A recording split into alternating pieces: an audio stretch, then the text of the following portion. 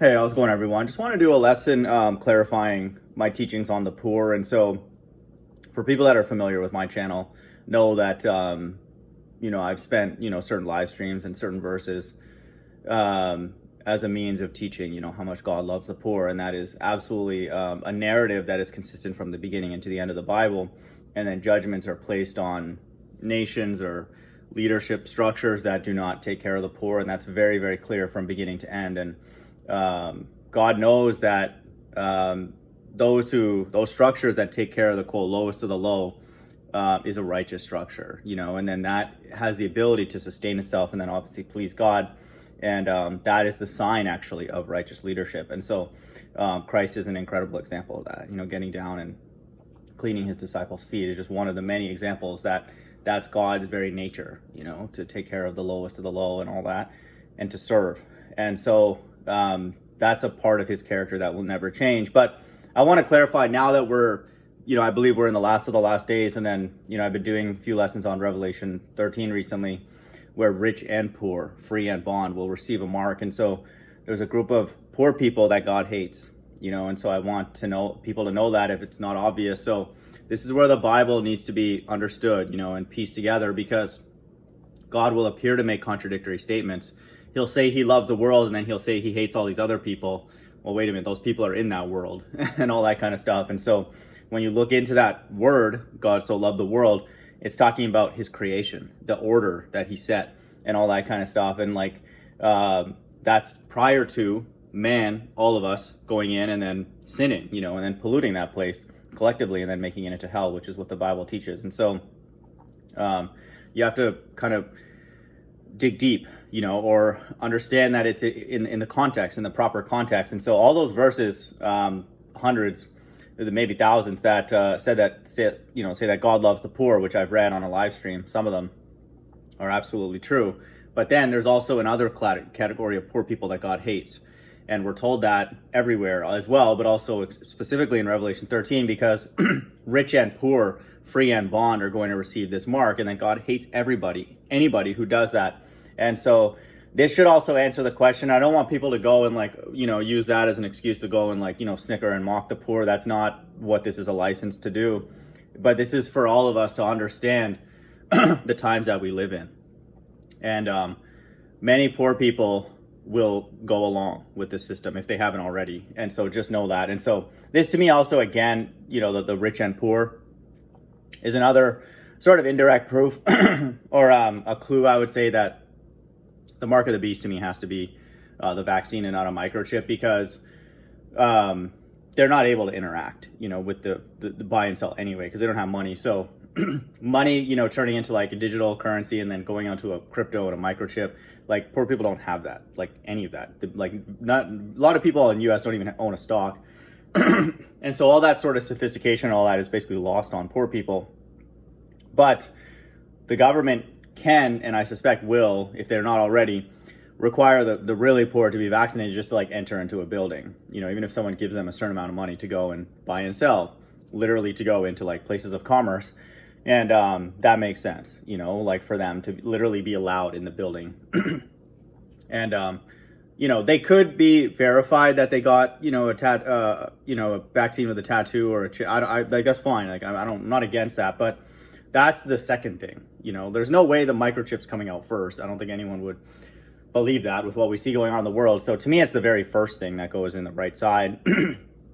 And it's consistent with, the way that this whole narrative is. Because no one's going to spend money on microchipping the poor worldwide and think that that's a valuable investment, because they don't have any money to transact. And I'm not saying this to be rude, but that's just the way it is. I mean, they're poor, but they will have to vaccinate them to keep a consistent narrative, so those people are not quote unquote carriers or whatever. And so they it's just by definition they would have to. And so the vaccine is the only narrative that is playing out, and on this sort of unprecedented scale, that literally has to go into all people in order for it to be quote unquote successful. And the mark of the beast could never, a microchip could never do that.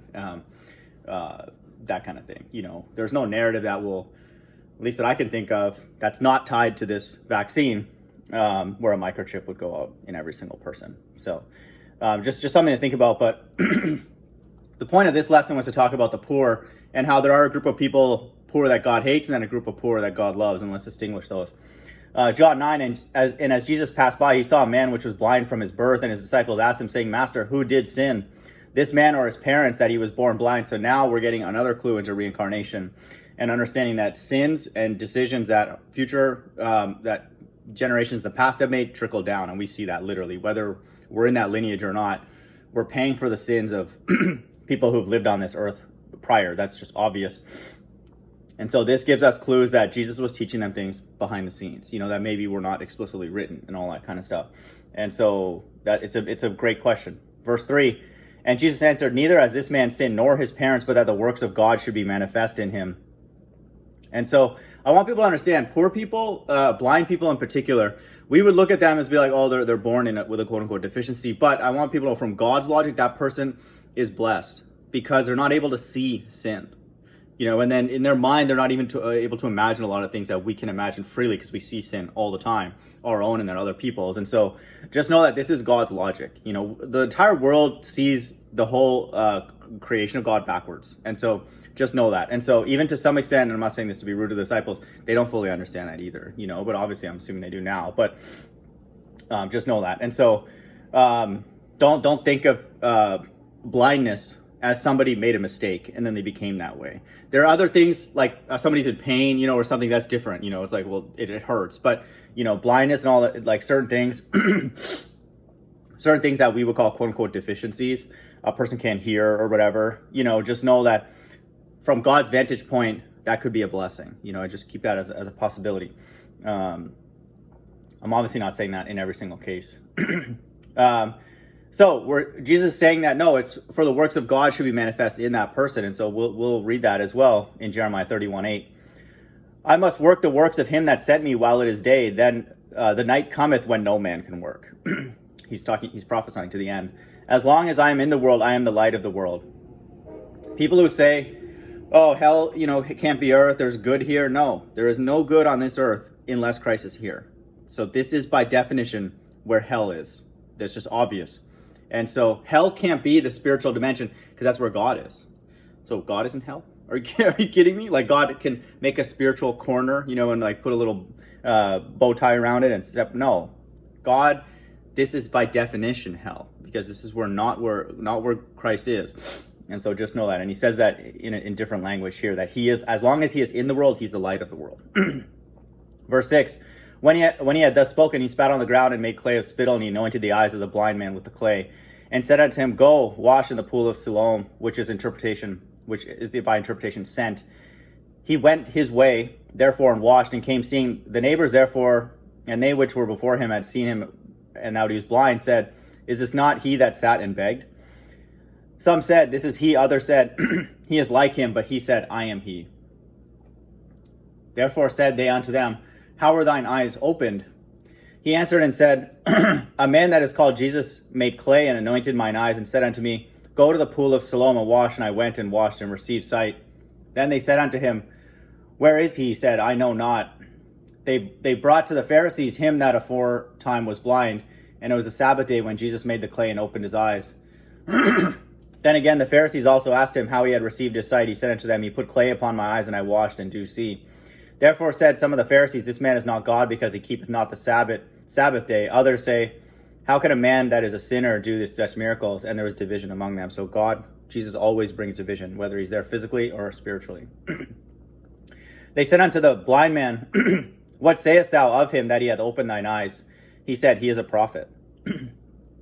But the Jews did not believe concerning him that he had been blind and received his sight, until they called his parents of him that had received his sight. God's left-hand side will never believe a miracle. They need an earthly explanation. Oh, bring his parents, let's make up a story, like whatever, they're liars, and then slander him and all that.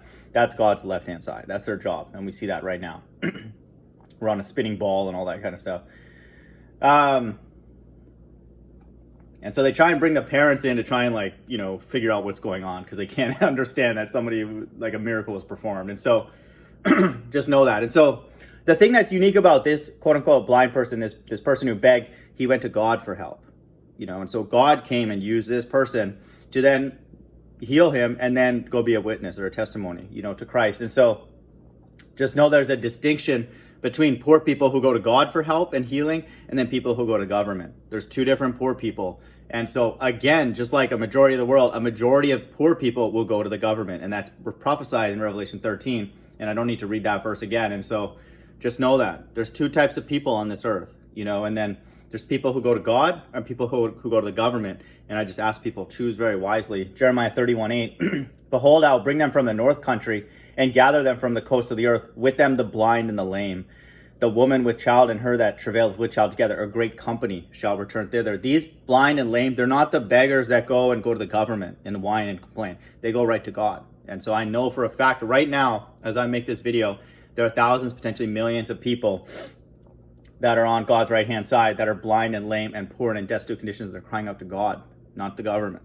And so just know that. That's why one of the many top reasons why we're in the last of the last days. And so, just be aware of that.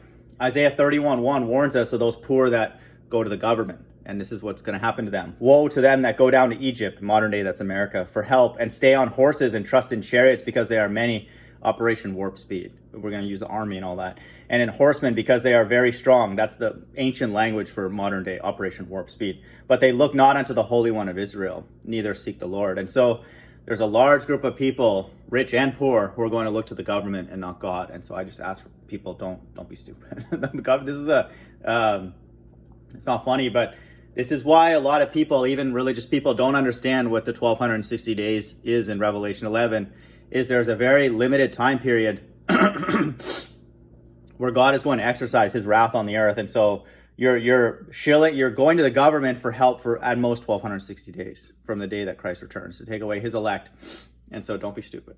Like, really, you're going to enjoy that 1260 days, under like military martial law and all that kind of stuff. That's ridiculous. Ecclesiasticus 14:28, my son, lead not a beggar's life, for better is to die than to beg. And so just know that beggar that we read about in John 9, he went to God. And so all of us who are in poverty or slipping into that, don't beg. Don't go to the government. Go to God. Hope everyone's doing well. Bye.